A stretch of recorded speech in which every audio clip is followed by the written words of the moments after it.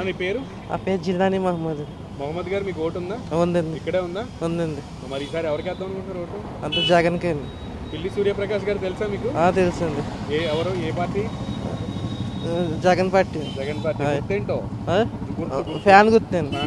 మర్చిపోవు fan గుర్తుగా fan గుర్తుగా అంటే జగన్ చాలా పథకాలు అమలు చేస్తున్నారు అందుకని. గెనకమ్మ గారు ఓటు ఉందా మీకు? ఉందండి. ఓటు ఉంది. ఓటు లాస్ట్ ఎన్నాళ్ళ నుంచి చేస్తున్నారు ఓటు?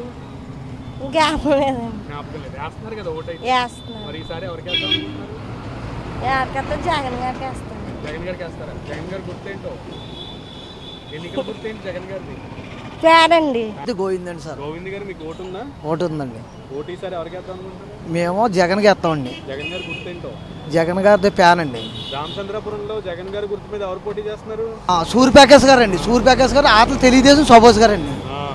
అదే సుభాష్ గారికి వేస్తారా? సూర్యప్రకాష్ సుభాష్ గారికి వేయరండి. ఇక్కడ గుర్తు మాట కాదండి. సుభాష్ గారు వాళ్ళ నాన్నగారిని బట్టి జగన్ గారిని బట్టి బోస్ గారండి. బోస్ గారు కూడా నెంబర్ 1 క్యాండిడేట్ అయిన సూర్యప్రకాష్ బోస్ గారు ఆరి కోసం ఓటేస్తారండి. గుర్తు ఫ్యాన్ అండి. ఫ్యాన్ అండి. మళ్ళీ ఫ్యాన్ అండి. పక్కా. మా ఇంట్లోనండి 5 కోట్లు ఉంటాయి. ఫ్యాన్ అండి. పక్కండి. తాతపుడు గోవిందండి. అలాగే ఎందుకు అనుకుంటాండి ఎవరు దాల్దానండి. తాతపుడు గోవిందండి. ఉందండి. అది జగన్ గారికి అండి. జగన్ గారు గుర్తేంటో? ఫ్యాన్ అండి. రామచంద్రాపురంలో అభ్యర్థి ఎవరు? సూర్యప్రకాష్ అండి. సూర్యప్రకాష్ గారికి ఎందుకు వేద్దాం అనుకుంటారు ఓటు?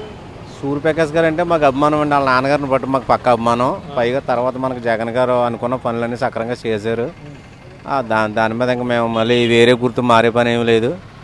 ఆయనకే చేయాలనుకుంటున్నాం.